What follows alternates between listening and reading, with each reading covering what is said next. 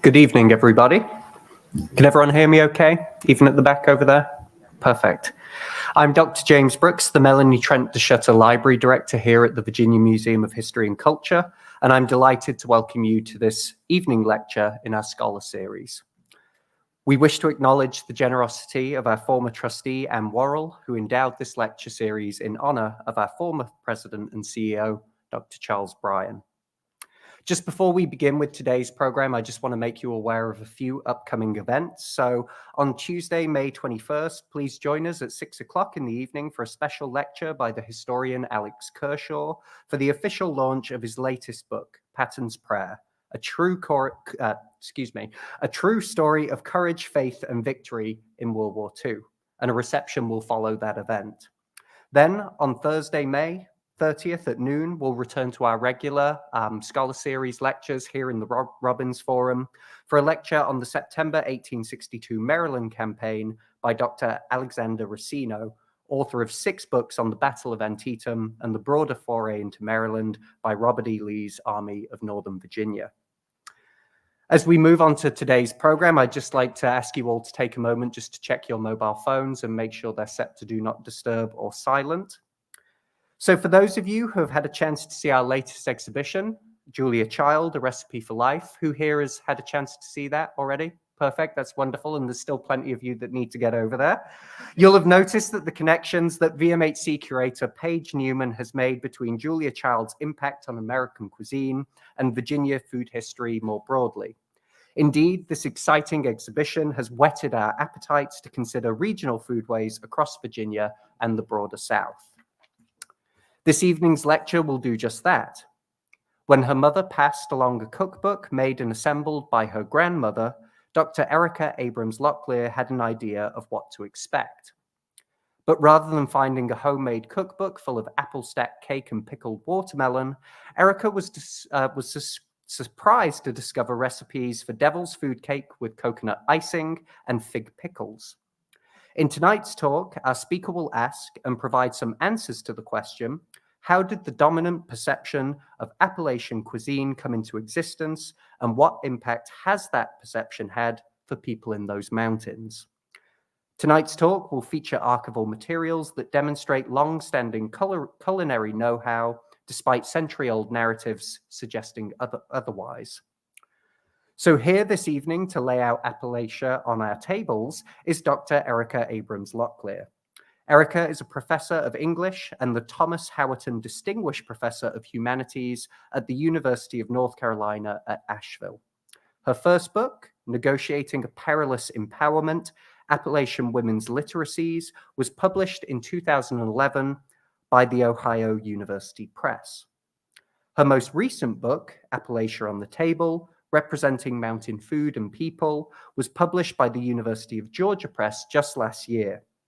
It has since won the Weatherford Award for the Appalachian Studies Association for the best nonfiction book that, quote, illuminates the problems, personalities, and unique qualities of the Appalachian South.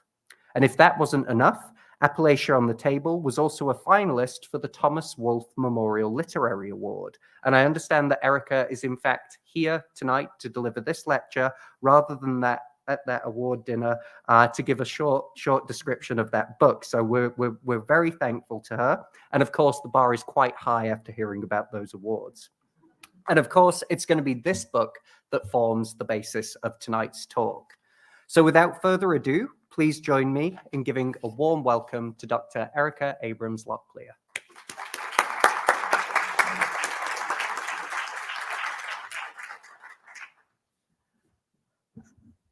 Thank you, James. Can you all hear me? I shouldn't have told you about those awards.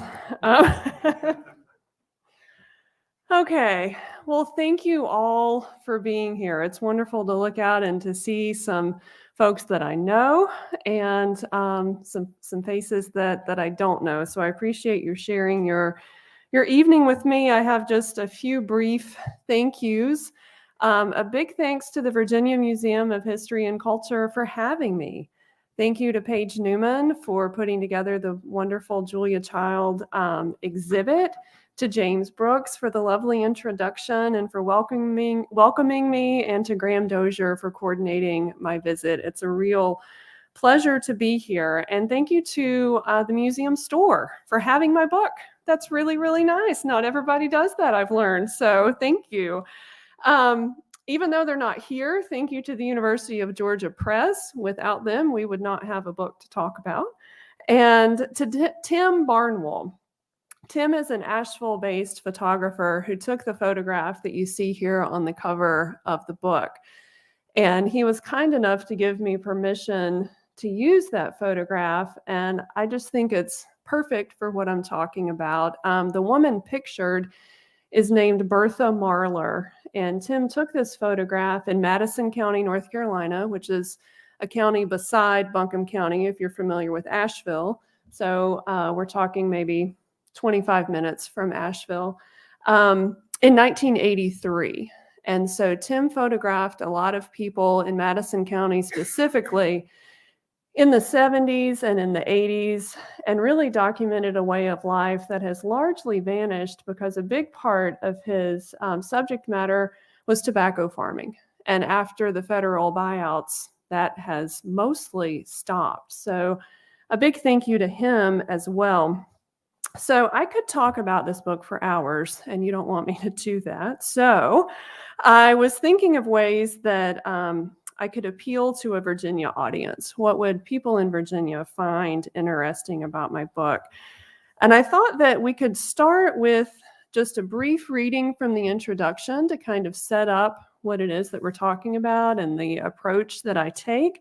And then we'll get into some specific Virginia material. But initially, it's about North Carolina because it's about my grandmother. My maternal grandmother kept everything, from disposable pie pans repurposed as cat food bowls, to balls of yellowed aluminum foil that cracked apart in your hand, to a dusty seashell knickknack on permanent display from a beach trip long since taken. She was not one to throw things away. She even kept her wood cook stove after purchasing an electric one. Both still occupy her kitchen in an appliance standoff of old versus new. This inclination makes sense. Born in 1915, she was a teenager during the Great Depression. Though her family fared well overall, during those years and for many after, she learned to save things that might later prove useful. When she passed away in 1996, she left behind a house full of treasures mixed with all the things she might need someday. Rather than cleaning out the house then, my bachelor uncle continued to occupy it and his other home just down the road. When he passed away in 2014, my mother and her sister finally started the long, arduous process of sorting through the things that had been accumulating since 1946, when my grandparents moved into that house. Going through all of my grandmother's things is a job that will probably never be completed, but my mother keeps trying, like to this day. By the summer of 2016, I had started working on this project, which tells you a little bit about how long it took. And after one of her exhausting cleaning sprees, my mother called to tell me that she had found something I might be interested in seeing. As she often does, she began by listing all the reasons I might not really want to see the mystery object. It was old, it was dirty, it was in poor condition.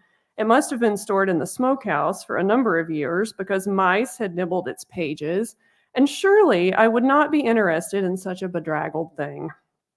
After a long list of why nots, she finally told me that she had found a cookbook my grandmother made.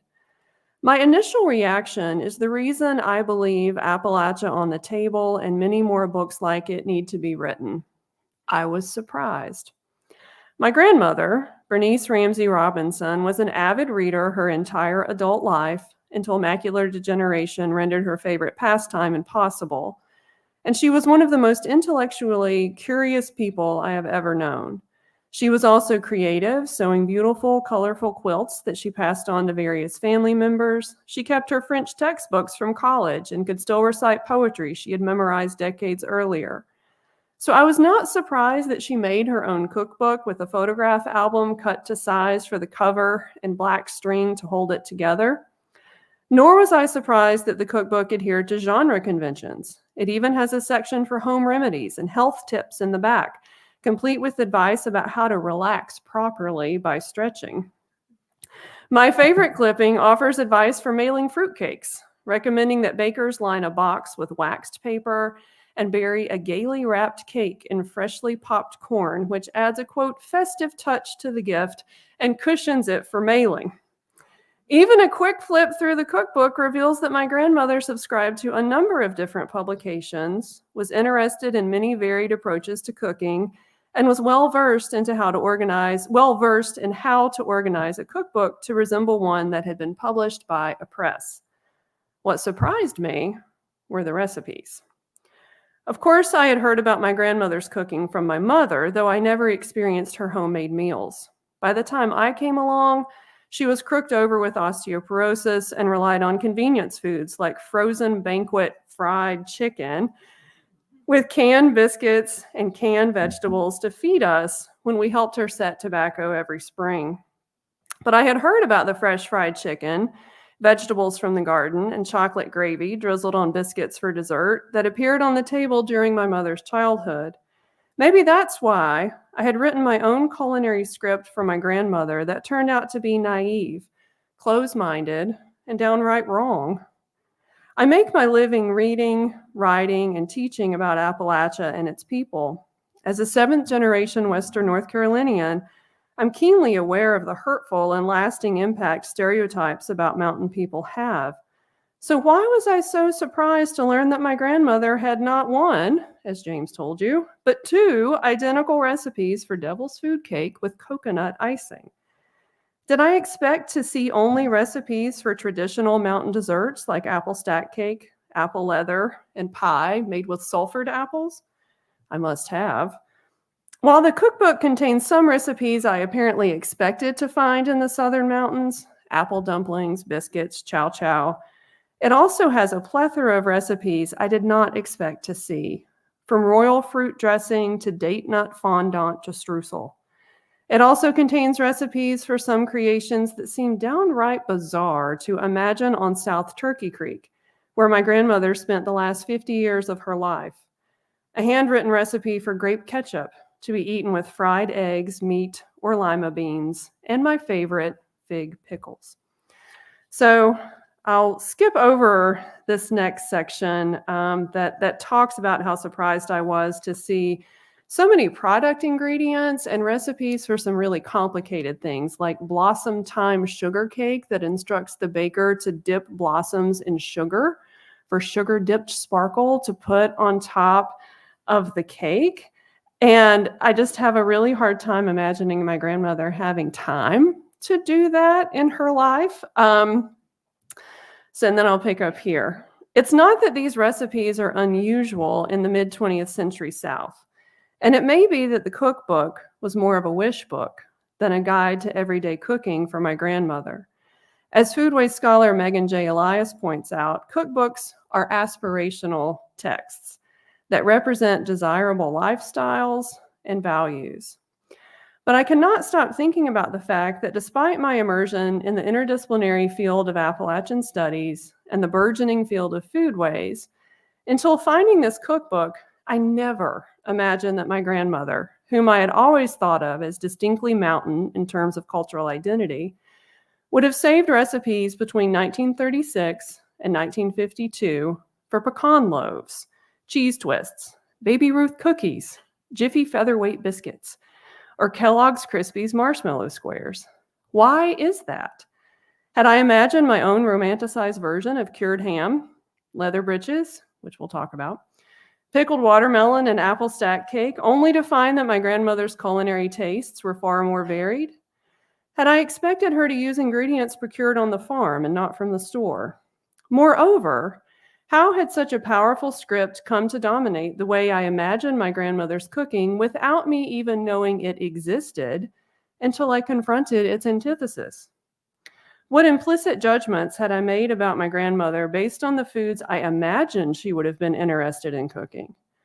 Where did my Appalachian food script come from, and how have mountain residents responded to those scripts? These are the questions this book begins to answer. So this is a book about food, and it's not a book about food. It's about representations of food and how those representations have shaped national perceptions of Appalachian people. So before I launch into that and talk a little bit about Virginia, I thought I'd show you some pictures of the cookbook. So Tim Barnwell was also kind enough to photograph the cookbook for me. And you can see this is even though it's the cover, it's the rest of the word photographs. You can see see if I can get this to work. Yeah, the RAPHS. And I've given this talk a time or two, and people feel very strongly that I really need to get on it with preserving this cookbook, and I do. So if you have suggestions, I am all ears, especially for folks who curate materials like this. But that's what the cover looks like. And then here's an example of the household tips.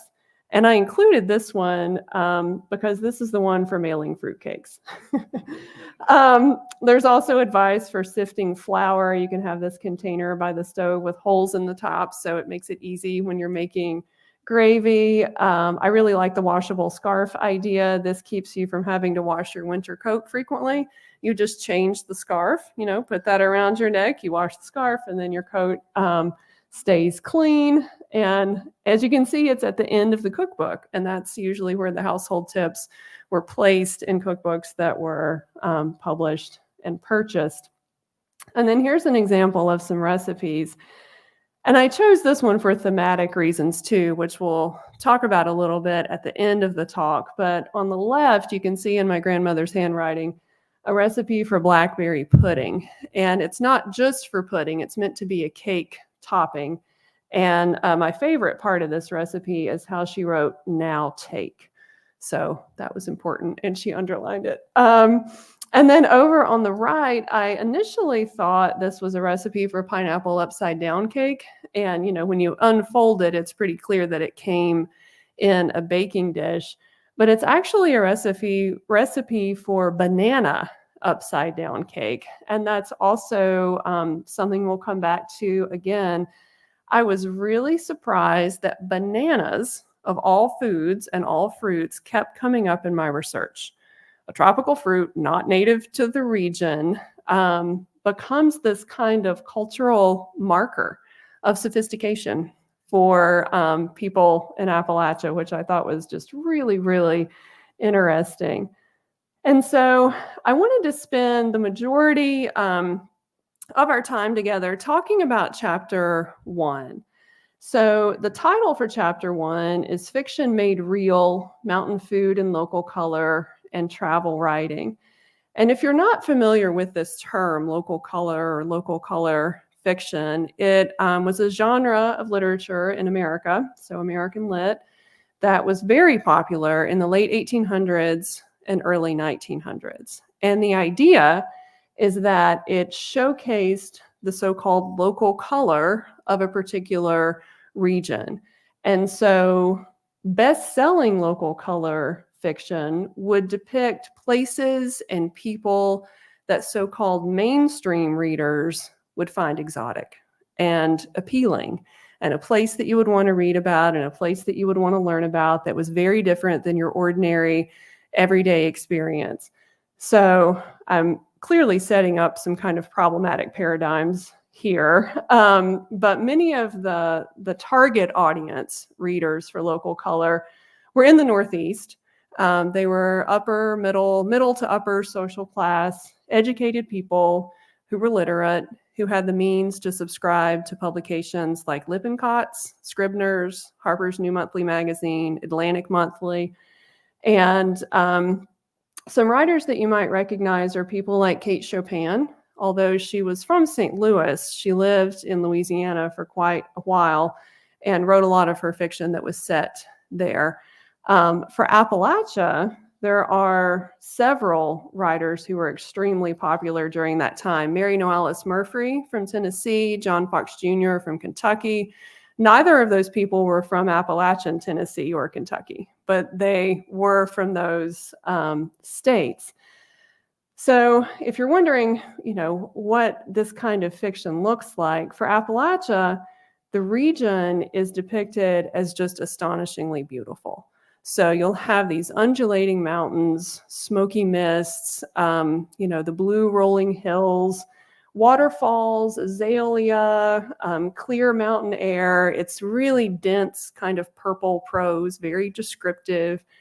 And the depictions of the people in those stories are kind of the opposite. It's where a lot of stereotypes of mountain people come from. There's been a lot of scholarship done on this. And so some of the best-selling work depicts people who make moonshine, who are illiterate, who are incestuous, who are given to, violent feuds and all kinds of things that I see people nodding. I mean, these are very familiar stereotypes.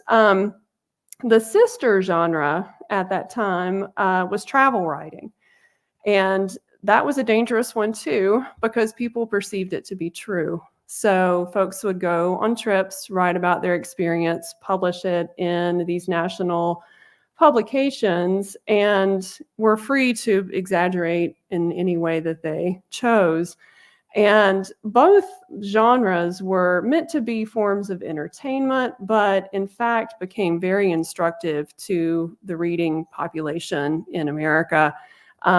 And were even used in sociology classes in colleges as late as the 1960s and 70s. So lots of work has been done on this by Appalachian studies scholars. And what I was interested in was the 4th bullet point. What do depictions of mountain food look like in those representations? I had started noticing this years ago before I started working on this project, and the word that kept coming up was coarse, C-O-A-R-S-E. The food was described as coarse, the people were described as coarse. When it was applied to the food, it indicated a lack of culinary know-how, improper preparation, greasy, prone to cause dyspepsia. That's a word that comes up over and over. Lots of complaining about indigestion. And there was a direct correlation between the food and the people who were consuming it. It's the you are what you eat kind of idea. And when that word was applied to people, it suggested, lack of sophistication, lack of civility, an uncouthness, not someone with whom you would want to spend your time. So when I started reading all of these stories and local color narratives, and I spent a few years doing this, I had a very determined idea of what I thought I would find. And I found lots of it, but I also found a lot of exceptions. And so I wanted to talk to you about both of those and just give you a few examples. So this one on the left is what I expected to find. There was a writer named James Lane Allen, and he was from Kentucky, but he was from Western Kentucky. So think bluegrass, bourbon, rolling hills, horses, Kentucky Derby, not Eastern Kentucky, not from the coal mining area of the state, not from the Appalachian part. And he wrote a lot of travel narratives. He actually didn't like writing about Appalachia, but his editors liked it because it sold well. And so he could be convinced to do it. And he has a publication called Through Cumberland Gap on Horseback from Harper's New Monthly Magazine. It was published in 1886. And if we take him at his word, the story goes, he was in Burnside, Kentucky, which is where Harriet Simpson Arno is from. If you've read The Dollmaker, there was a movie with Jane Fonda a long time ago. And an important detail, a railroad had recently come through the area. So he was stopping at a fruit stand that was set up along the road. And apparently the man who ran the fruit stand had bananas on display. And while James Lane Allen was there, this mountain man, apparently dressed this way with no shoes and ragged pants, came and saw the bananas. And I don't know if you can make out the quote down here. He says, "Blame me if them ain't the darndest beans I ever seen." So the implication is that this mountain man is so ignorant that he mistakes bananas for beans because he's never seen bananas before. And so we're supposed to laugh at this man and think, what a buffoon. And I was so offended, of course. I laughed and then I felt bad. It was like the Flannery O'Connor trick. And I started doing a little more research about bananas. And it turns out that they were only exhibited at the Philadelphia Centennial Exposition in 1876. So bananas were still very new in America. Excuse me. And unless you were in a port city like New Orleans or Charleston, it was very unlikely that you had access to bananas. And so the fact that Burnside, Kentucky had bananas at all is really incredible. So many people in America had not seen them at this point. And so rather than seeing that as a sign of modernity and progressivism, he instead flips it around and sort of makes a laughing stock of this man. I also told this story to Ronnie Lundy, who is an incredible food writer. Her book, Victuals, is a must-read if you're looking for a really good cookbook of Appalachian food. They have it in the store. I saw several copies. And it won the James Beard Award, 2 James Beard Awards the year that it came out. And I told her this story, and she said, "You know, Erica, he also may have been playing Alan for the Fool. It's quite possible this man knew exactly what they were, but he was sort of performing for Alan." So I like to think that's true. I don't know if it was or not, or if any of the story is true. But an exception to what I expected to find is work by this man, David Hunter Strother. I had never heard of him before I started this book project. And he was from Martinsburg, Virginia, which now is West Virginia. But he was born in 1816, so it was Virginia then. I mapped it. It's about 3 hours from Richmond. And he was best known as an illustrator, but he was also a writer. And he was the only Southern Appalachian writer to gain national recognition before the Civil War, other than George Washington Harris. So he was very popular. In 1857, he went on a trip that started at Berkeley Springs, which is also now West Virginia, but then Virginia, with his family. And he publishes it in 7 installments, and they go on this big trip all over a lot of Appalachia. And I was so struck by how positive his depictions of food were. Whereas what is published after the Civil War, especially and on into the 20th century, is by and large very derogatory. His portrayals were really positive. So I'm sure a lot of that had to do with food supply and, the war not having happened yet. But he also didn't seem to be steeped in those stereotypes that hadn't really developed on a national scale yet. And what you see here is an illustration of a cabin in East Tennessee, and it says here an interior. And I apologize that the graphic is not clear, but it's very different than the kind of graphics you see maybe 20 years after this. It looks like a clean dwelling. It looks like things are organized and put away. The people are not looking particularly slovenly or deprived in any way. He was a big fan of Jonesboro and Johnson City. There's even a sketch of what's now East Tennessee State University. So that surprised me. And in the chapter, I also talk about Rebecca Harding Davis, who spent a long time in Wheeling, West Virginia, which was then Virginia, and Frederick Law Olmsted, who was also the landscape architect for the Biltmore House and designed Central Park. He went on a big trip through Appalachia and had some pretty positive depictions of the food there. But the archival finds were absolutely fascinating. So I've included a few that are Virginia specific. If you're around Blacksburg, Virginia, and you're into this sort of thing, you should go to the Food and Drink Collection at Virginia Tech. It's really fantastic. And I included excerpts here from a manuscript book collected by Betty D. Kramer, who was from Wheeling, West Virginia, then Virginia. And on on the left, I included this one because it's a recipe for lobster farci from 1883. So 20 years hadn't even passed since the end of the Civil War, and somehow this family has access to lobster in Wheeling, West Virginia.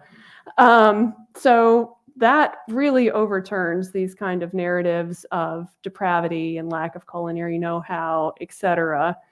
And over here on the right, I included this one, one, because it's funny. It says things like, red onions are an excellent diuretic, and the white ones are recommended to be eaten raw as a remedy for insomnia. But I also included it because she's clearly attuned to medical and health advice. She's literate, she's reading, she wants to improve her health, and she even clips this and puts it in her book. So I thought that was worth talking about. This one I included because it was such a mystery to me, and I really fell down a research rabbit hole. I was at Virginia Tech for the App Studies conference, and I only had a few days in the archives, and I found this, and I thought, oil mangoes? Mangoes? Like, surely not mangoes. And so I'll talk about that in a second. This is from the Litchfield Family Household Ledger, probably compiled by Elizabeth Litchfield. She probably was in her late 20s when she started collecting this. It was a very affluent family in Abingdon, Virginia, and there's lots of recipes in this ledger and other interesting, documentation about the household items and things that they had. But I contacted, you'll see at the bottom, April McGregor, who is canner, preserver, pickler extraordinaire, who knows so much about food history, and also David Shields, a culinary historian who just retired from the University of South Carolina. And from those two, I learned that bell peppers were sometimes called mangoes. And turns out my best friend from Kentucky, her grandmother called them mangoes during this time period. But this recipe could also be for pickled cantaloupe. I don't think it's for cantaloupe because the first line says take 40 mangoes, cut a slice, etc.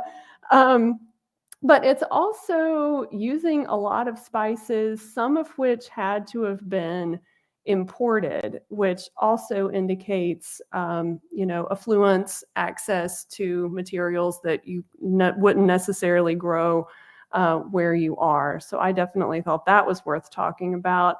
And then in chapter 1, I also talk about spas and resorts, which were such a thing as they continue to be.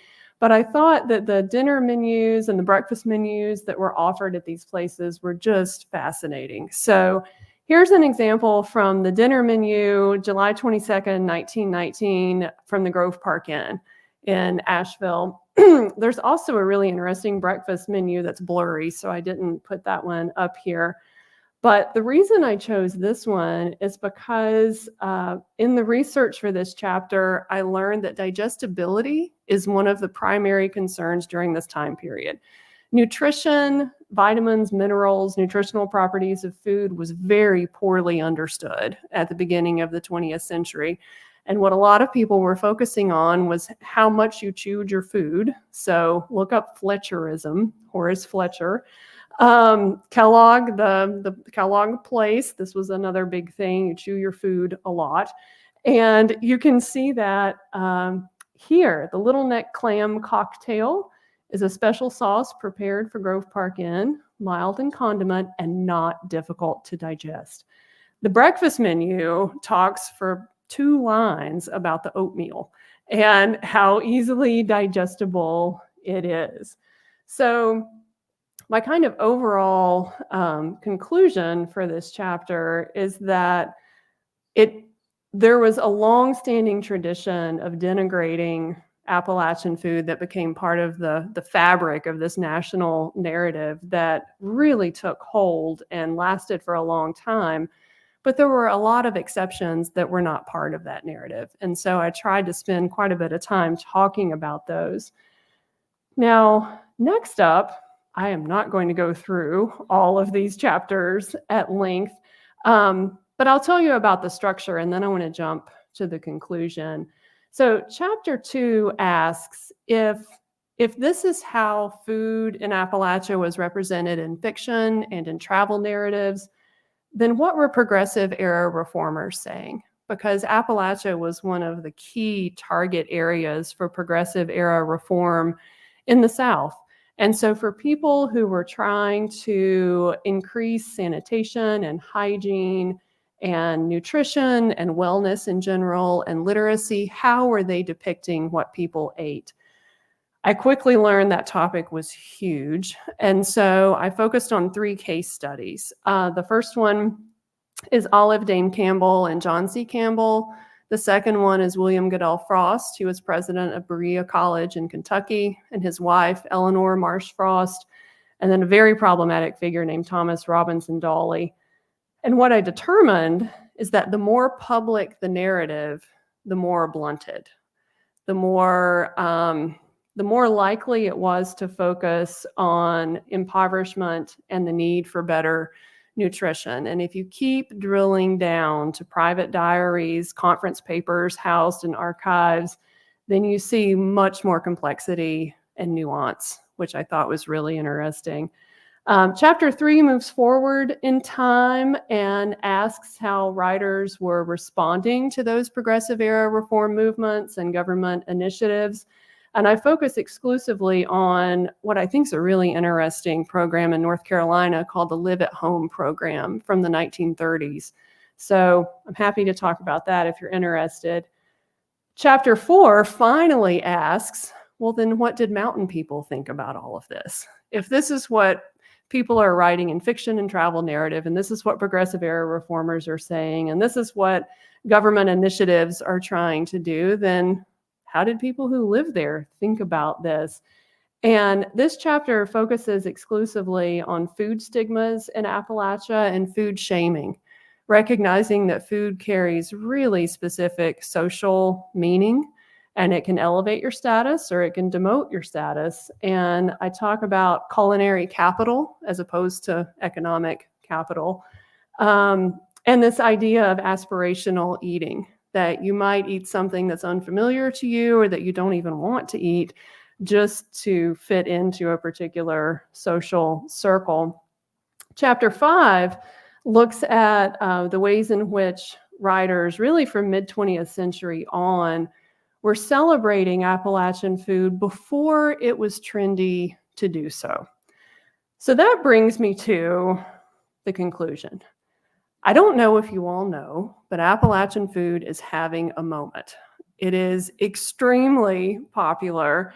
I brought the April issue from last April. So it's been exactly a year since my book came out, and exactly a year ago, Bon Appetit magazine released their travel issue. So April 2023. I brought it with me if you want to look at the end when we're set up at the table.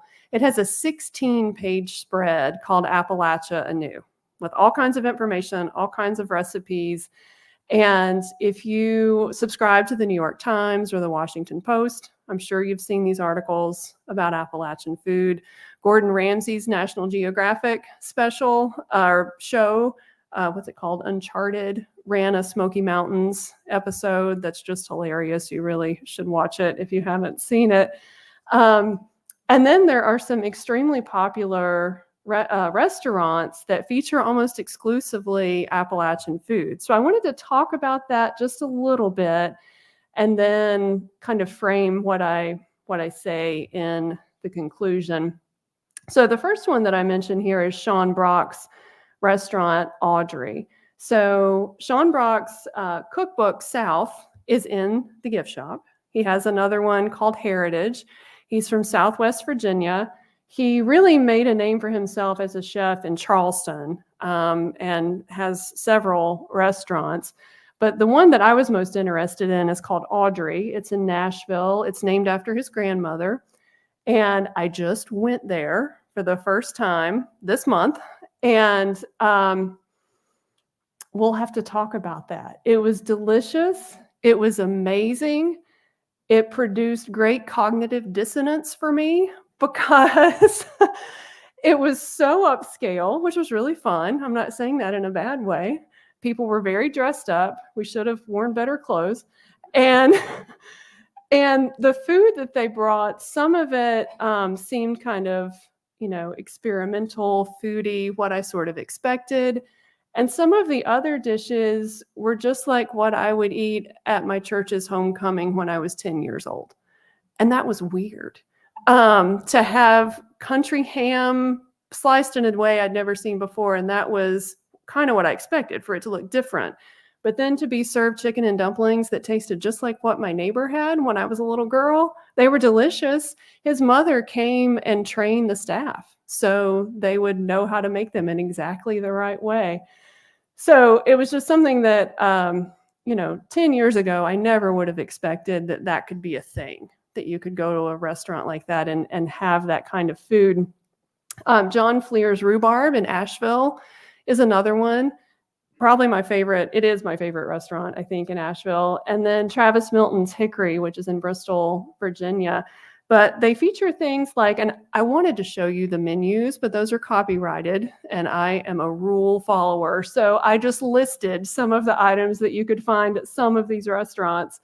Sour corn butter with cracklings on top, salt rising bread, country ham, kilt lettuce, which you have fresh greens and you get hot ham fat and pour it on the top. And they make a big show of it at the restaurant. They bring them in separate containers and they kill the lettuce in front of you. Candy roaster squash, leather britches, which are dried green beans that are then reconstituted. They exist because it was an important preservation method. It's how you preserve green beans if you don't have access to canning materials, or if that's not invented yet. It's extremely labor intensive. And I was astonished that they're able to produce those and have those at the restaurant. Ramps and other foraged foods. That was something I didn't say about the food shaming chapter. There's this sort of overarching trend that Appalachian food that was once denigrated, that was once a source of shame, certainly for ramps, is now foodie food. It's bougie. It's really, really desirable and expensive. Ramps are like $25 a pound at Whole Foods. And it was something you were ashamed to eat in the mid-20th century.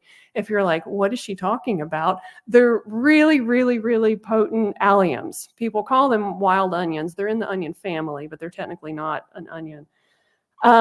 So my assertion in the conclusion to my book is that although Appalachian food has been venerated, it's being celebrated, not without issue. A lot of this is not accessible to a large number of people. It's very expensive. But at the same time that this food is being celebrated and recognized, the same is not true for national perceptions of mountain people. And I hope that's something else that we can talk about. There's this very problematic phrase called trash food. Some of you may be familiar with.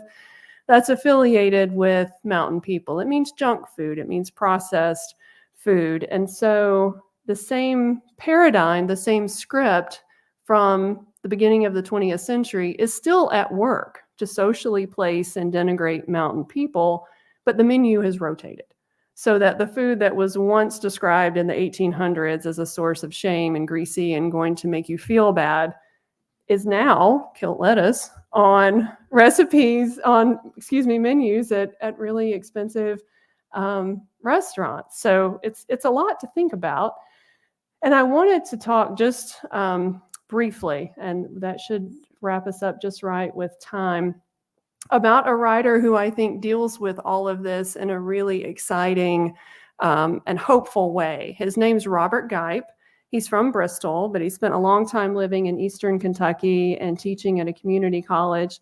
He has a trilogy of not graphic novels, illustrated novels set in Kennard County. And it's an area that's just been ravaged by mountaintop removal.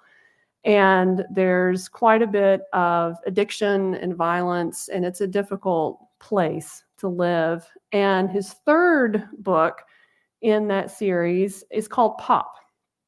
And it's about this young girl, Nicolette, who loves to cook.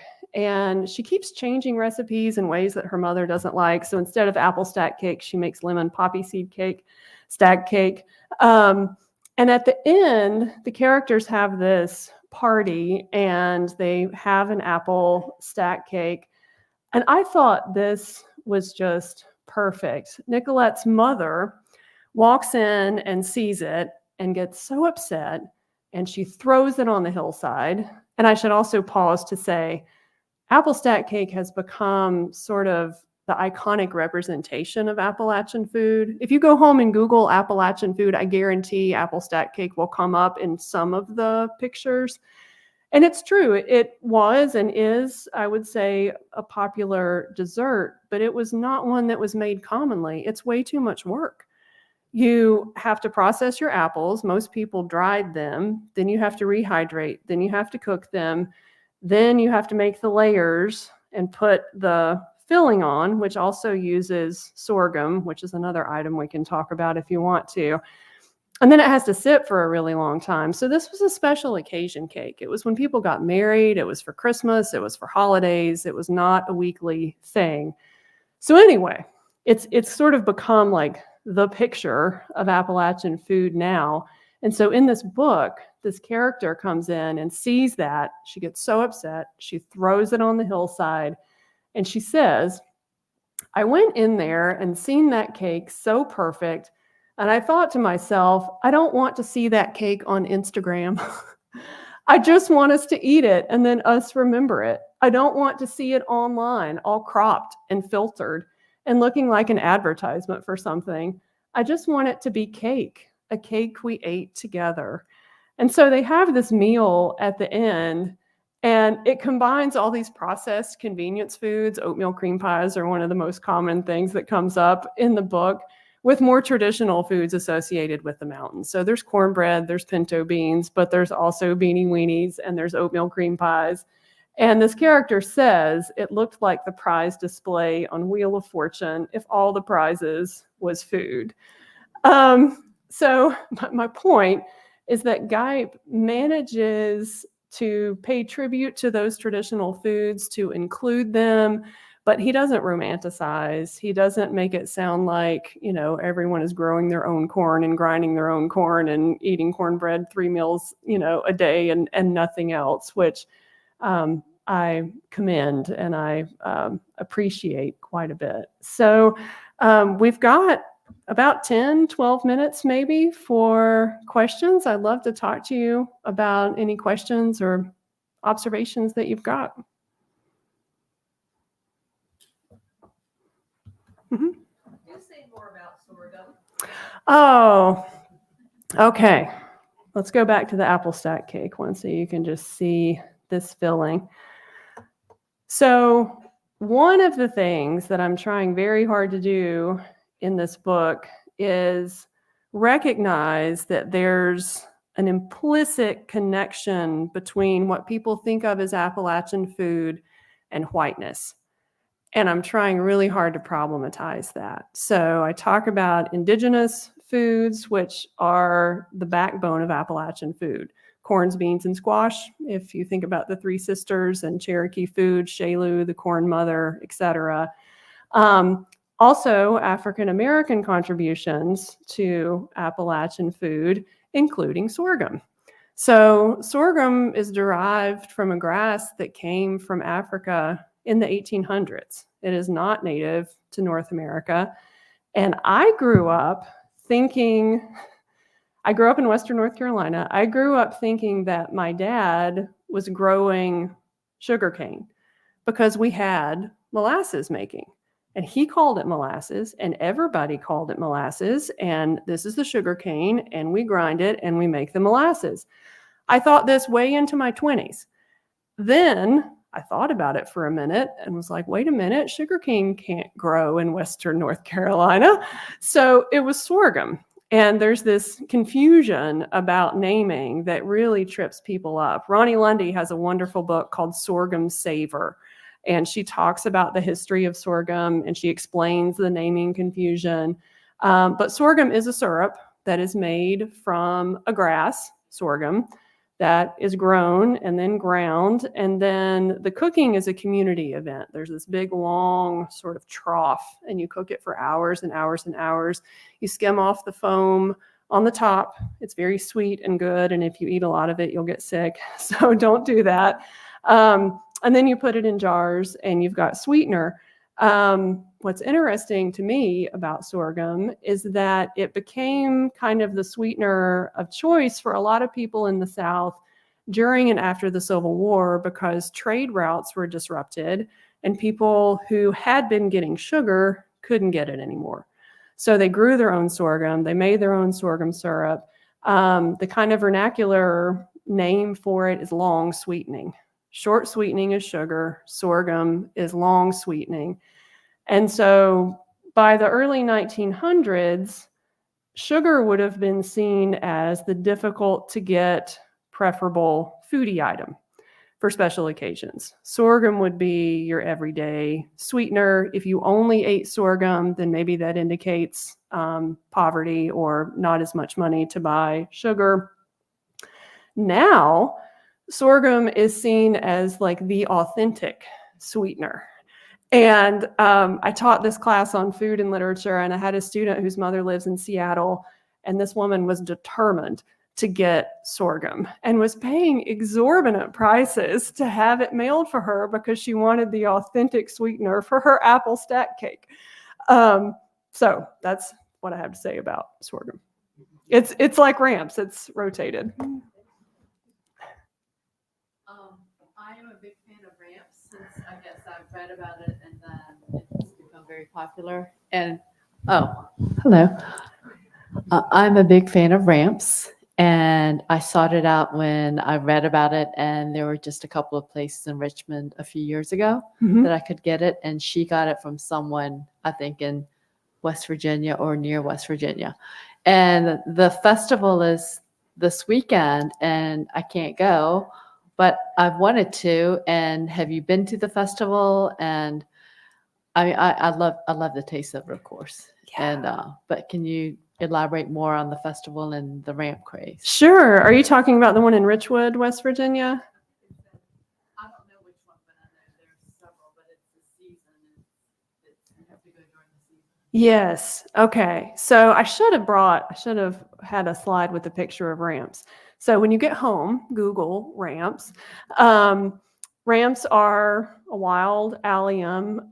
They're not only native to Appalachia. A lot of people think they only grow in Appalachia, but the word Chicago is derived from an indigenous tribe's name for ramps, which that was news to me. Isn't that interesting? But in Appalachia, they grow primarily on the north side of a mountain. They need moist soil. They need damp soil. This is not something you can just decide you're going to farm. You can't just like dig up a patch in your yard and plant some ramp seeds and ta-da, have ramps.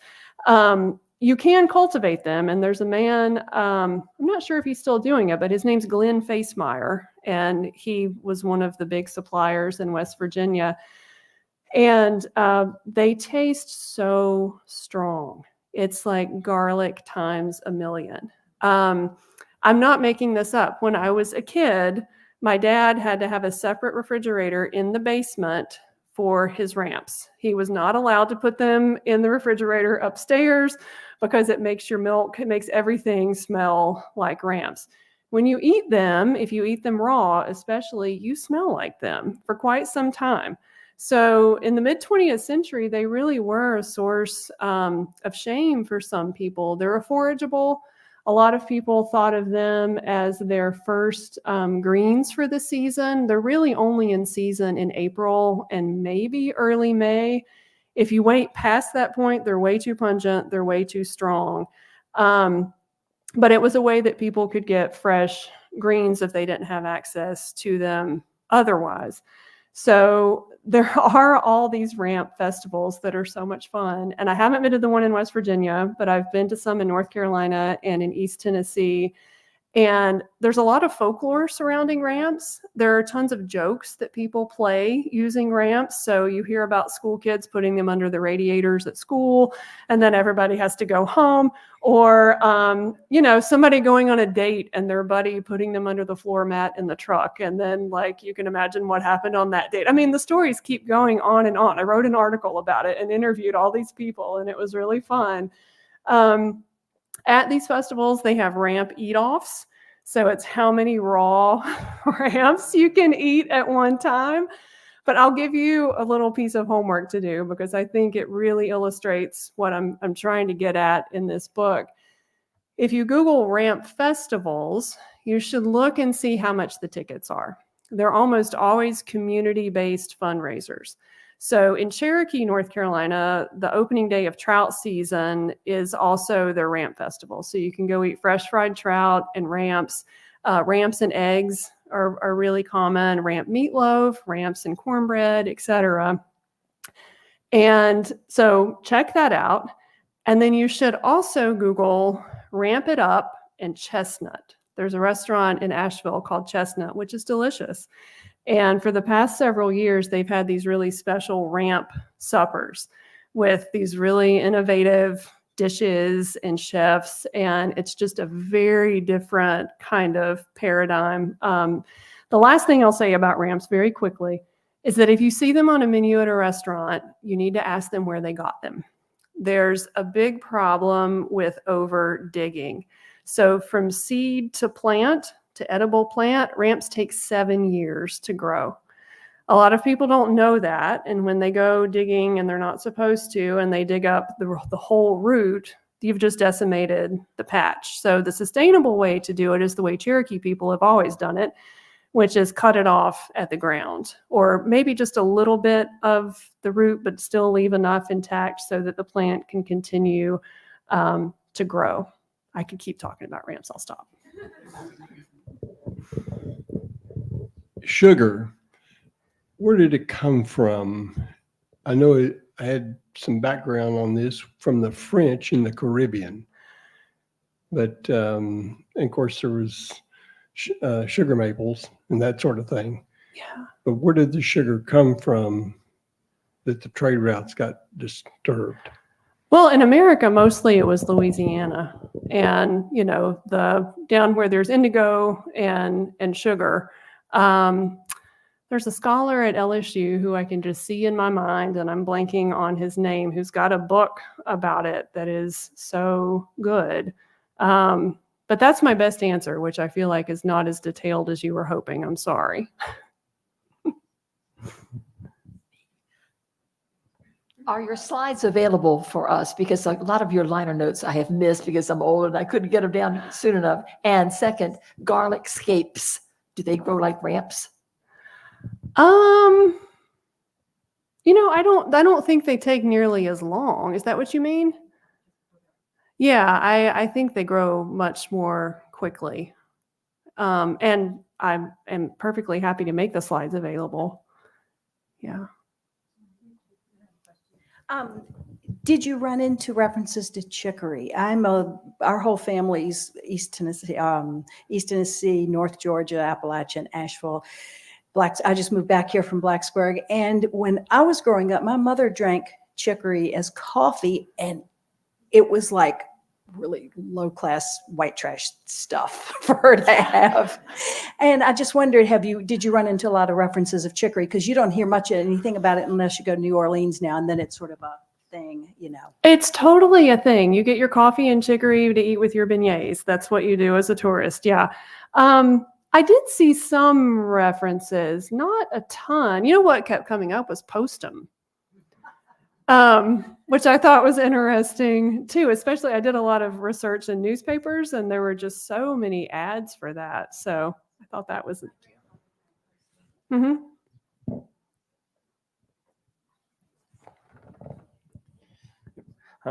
I have two quick questions, if that's okay. First one, I saw that most of when you're referring to the stories were from just after the Civil War, with the exception of a couple. Mm-hmm. I was wondering why you didn't go back further, if that was solely because of the definition at that point, or if there's lack of stories or just what have you. Oh, that's an excellent question. And I should have prefaced that better than I did. There are a few people who disagree, but by and large, most Appalachian studies scholars agree that the concept of Appalachia is distinctly different than the rest of the South, only began after Reconstruction. That before Reconstruction and before the Civil War, Appalachia was just thought of as the frontier. And in fact, there was a genre of literature called Southwestern humor. And now we think of the Southwest as Texas and Arizona and New Mexico, but then the Southwest was Knoxville, Tennessee, and Johnson City. So George Washington Harris is writing these stories from East Tennessee, and it's called Southwestern humor. So that's why. Thank you. And I have unfortunately completely forgotten the second question. But you'll think of it, and then you'll raise your hand again.